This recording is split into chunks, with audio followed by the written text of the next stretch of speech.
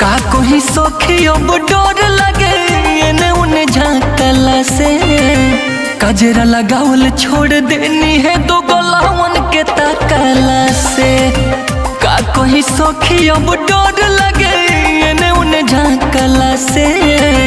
कजरा लगावल छोड़ देनी है दो गलावन के तकला से।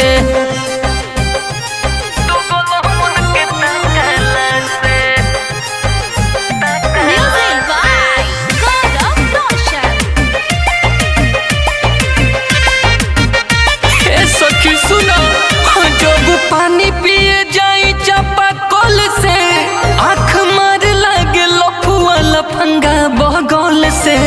सखी रे माने न कहल से लत खोरम के कमी नइखे। लगे हम सखी कुछ पर जाई बड़